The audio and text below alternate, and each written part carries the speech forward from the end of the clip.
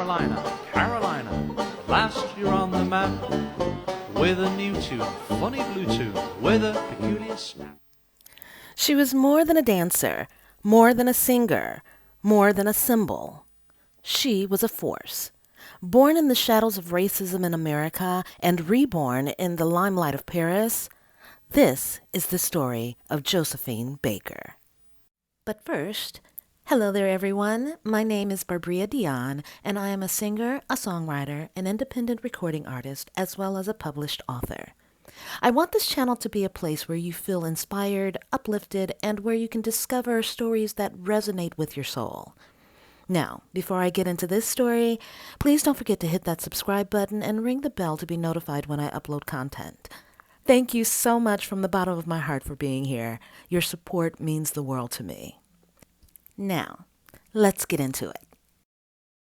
Frida Josephine McDonald was born on June 3, 1906, in St. Louis, Missouri. Poverty and prejudice were familiar companions, but so was rhythm. By her teenage years, she was dancing on street corners, and soon after, on stages.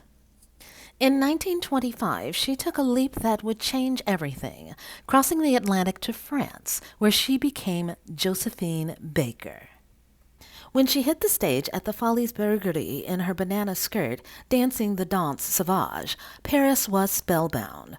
She became the toast of the town, the symbol of the jazz age, a black woman commanding a white stage on her own terms. Josephine wasn't just a dancer. She began singing in the 1930s. Her recordings like J'adore Amour, 1931, became classics. She sang of love, longing, and belonging. She recorded in French, spoke in style, and moved in a world that now called her its own. But her voice wasn't just for music. It was for freedom. During World War II, Baker risked her life for her adopted home.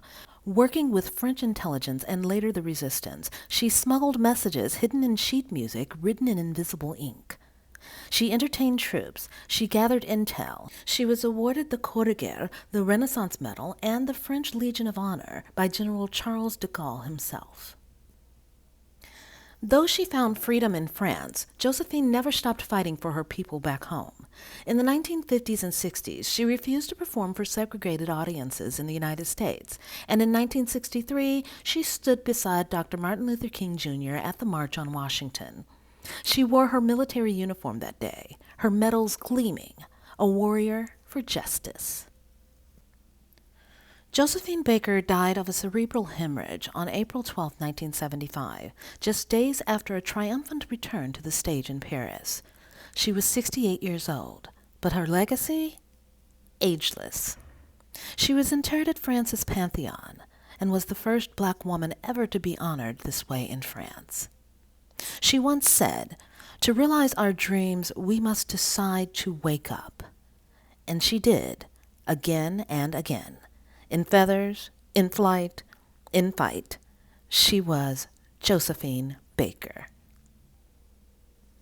If her story moved you, share it, because some legends weren't just born to entertain, they were born to awaken the world.